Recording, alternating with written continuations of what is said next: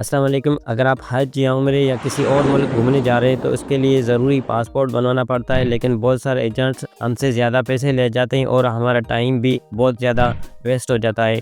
तो पासपोर्ट के लिए ऑनलाइन अप्लाई करने का तरीका मैं आपके साथ शेयर करने वाला हूँ, लेकिन आपको पासपोर्ट ऑफिस जाना ज़रूर पड़ेगा क्योंकि वहाँ पर आपकी रजिस्ट्रेशन होगी और आपकी फिंगरप्रिंट्स की वेरिफिकेशन होगी और आपके डॉक्यूमेंट्स की वेरिफिकेशन होगी। ये जो ऑनलाइन अप्लाई है, जो पासपोर्ट का पहला मरहला होता है, उसमें आपको एक चालान दिया जाता है पासपोर्ट ऑफिस से। उसके लिए आपको लाइन में लगना पड़ता है। उसके बाद आप बैंक जाते हैं, वो चालान जमा करवाते हैं। उसके बाद फिर आप कुछ दिन के बाद आपको पासपोर्ट ऑफिस जाना पड़ता है वेरिफिकेशन के लिए। जो पहला मरहला है चालान वाला, वो आप घर बैठे ऑनलाइन अप्लाई कर सकते हैं, जेज कैश या इजी पैसा के ज़रिए पे कर सकते हैं।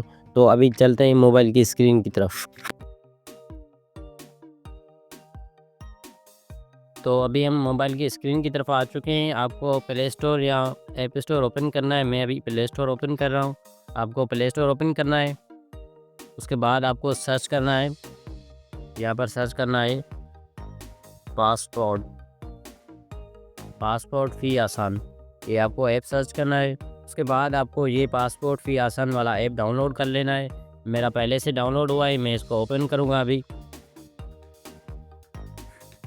ओपन करने के बाद आपके पास ये डैशबोर्ड ओपन हो जाएगा। पहला ऑप्शन है passport, e payment, check status, complaint, privacy policy and about us. तो अभी हम पासपोर्ट ई पेमेंट पर जाएंगे। उसके बाद है यहाँ पर आपको कुछ गाइड की जा रही है, आप इसको पढ़ सकते हैं। उसके बाद हम इसको स्टार्ट करते हैं। गेट स्टार्ट पर क्लिक करना है। उसके बाद MRP मिशन रेडेबल पासपोर्ट और दूसरा ई पासपोर्ट। इन दोनों पासपोर्ट में फ़र्क है और फीस का भी अलग अलग फ़र्क है। MRP जो पासपोर्ट होता है उसकी चेकिंग की जाती है हर एयरपोर्ट पर, और जो ई पासपोर्ट होता है उस वो ऑटोमेटिक चेक हो जाता है, आपको कहीं भी रुकने की ज़रूरत नहीं होती। और MRP में आपका फिज़िकली चेक किया जाता है और आपको थोड़ा सा टाइम आपको वेट लग जाता है। ई पासपोर्ट जो होता है वो डायरेक्टली ऑटोमेटिकली खुद ब खुद वेरीफाई हो जाता है। और अभी हम MRP पर जाएंगे। MRP पर जाने के बाद आपको इनमें से कोई भी ऑप्शन चूज़ करना है। अगर आप नया पासपोर्ट बना रहे हैं तो आपको नया पासपोर्ट पर क्लिक करना है। उसके बाद यहाँ पर प्रायोरिटी है, उसके बाद बुक पेजेस है, उसके बाद एक्सपायरी ड्यूरेशन है। सिंपल से स्टेप्स हैं। आपको यहाँ पर नॉर्मल, अगर आपको नॉर्मल सेलेक्ट करना है तो आपको तकरीबन 1 माह के अंदर मिल जाएगा। अगर आप अर्जेंट सेलेक्ट करेंगे तो आपको 7 दिन के अंदर मिल जाएगा, और फास्ट ट्रैक में आपको 2 से 3 दिन में मिल जाएगा। तो अभी हम नॉर्मल पर क्लिक करते हैं। इनकी अलग अलग फ़ीस है। यहाँ पर हम 36 पेजेस पर क्लिक करते हैं। अगर आप ज़्यादा जाते हैं कहीं तो आप 72 पेजेस पर क्लिक करें। अगर आप उम्रा या हज करने के लिए जा रहे हैं तो आप 36 पेजेस बेहतर है। उसके बाद आप 36 पेजेस पर क्लिक करते हैं। उसके बाद यहाँ पर आ जाता है 15 साल से कम उम्र बच्चों के लिए 10 साल की मुद्दत वाला पासपोर्ट नहीं बनेगा।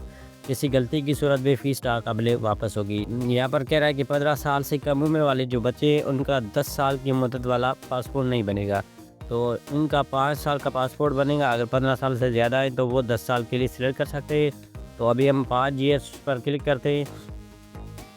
क्लिक करने के बाद आपके सामने यहाँ पर 4500 रुपये फ़ीस आ चुकी है। अगर हम अर्जेंट पर क्लिक करते हैं तो उसकी 7500 रुपये फ़ीस आ चुकी है। और अभी हम फास्ट ट्रैक पर क्लिक करते हैं तो उसकी 12500 आ चुकी है। और इसके हिसाब से पेजेस ज़्यादा करेंगे तब भी आपकी फ़ीस बढ़ जाएगी।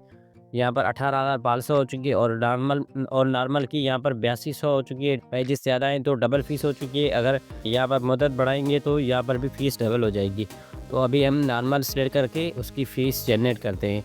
तो यहाँ पर 5 ईयर सेलेक्ट करें। उसके बाद कंटिन्यू पर क्लिक करें। ऊपर कंटिन्यू का ऑप्शन है। उसके बाद आपके पास पहला ऑप्शन है रीजनल पासपोर्ट ऑफिस साइट। यहाँ पर आपको रीजनल ऑफिस सेलेक्ट करनी है जहाँ पर आपको पासपोर्ट बनवाना है। आपको उन ऑफिस में जाना है। यहाँ पर आपको क्लिक करना है और अपने इलाके के हिसाब से यहाँ पर सर्च करना है। पहले तो आपको अपने डिस्ट्रिक्ट के हिसाब से सर्च करना है। तो आपके पास डिस्ट्रिक्ट के हिसाब से ब्रांचेस आ जाएंगी। यहाँ पर आपको डिस्ट्रिक्ट के हिसाब से सिलेक्ट करनी है। उसके बाद नेम मुझे इंटर करना है, अपना full name as a CNIC। जिस तरह आपके CNIC पर नाम है तो यहाँ पर आपको फुल नेम इंटर करना है। उसके बाद आपको CNIC नंबर इंटर करना है। आपको फिर से अपना CNIC नंबर इंटर करना है। उसके बाद आपको ईमेल एड्रेस इंटर करनी है। उसके बाद आपको मोबाइल नंबर इंटर करना है। इसी तरह यहाँ पर आपको फॉर्मेट्स दिखाए जा रहे हैं, इसी तरह आपको ये इंटर करने हैं। तो मैंने अभी अपनी इन्फॉर्मेशन पुट कर ली है। तो अभी मैं जनरेट PSID पर क्लिक करूँगा।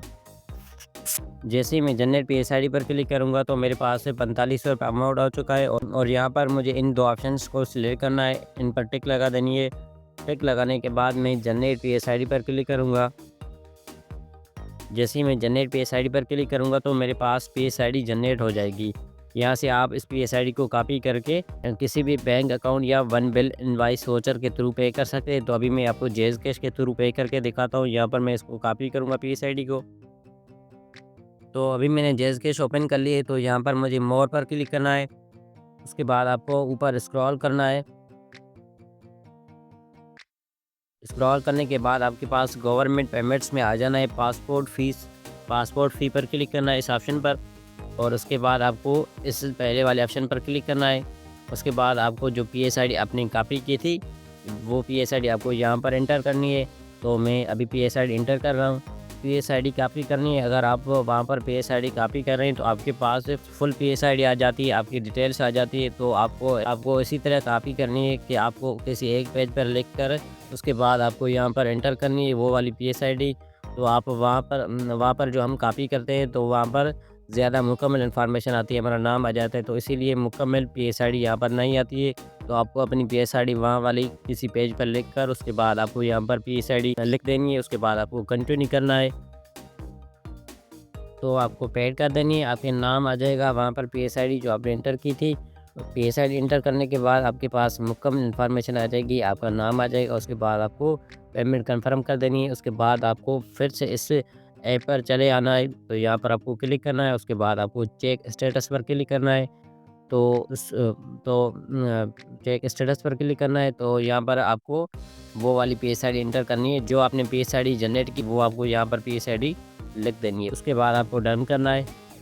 उसके बाद आपके पास से अगर आपने चालान पे कर लिया है तो आपके पास पेड का ऑप्शन आ जाएगा। मेरे पास अभी अनपेड है क्योंकि मैंने आपको सिर्फ इसका डेमो दिखाया। जब आप पेमेंट डन करेंगे तो आपके पास यहाँ पर पेड का ऑप्शन आ जाएगा। आप किसी भी बैंक के अकाउंट के थ्रू इसी तरह पेड कर सकते हैं। पीएसआईडी जो आपने जनरेट की थी उसकी आपने पेमेंट डन की थी। उसके बाद आपको ये चालान डाउनलोड कर देना है। पहले आपको इसको पेड करना है। पेड करने के बाद आप इसको डाउनलोड कर देना है। आपको इस पर क्लिक करना है तो आपका डाउनलोड हो जाएगा। तो यहाँ पर आप जैसे ही क्लिक करेंगे तो आपका डाउनलोड हो जाएगा। डाउनलोड होने के बाद आपको यहाँ पर सेव कर देना है।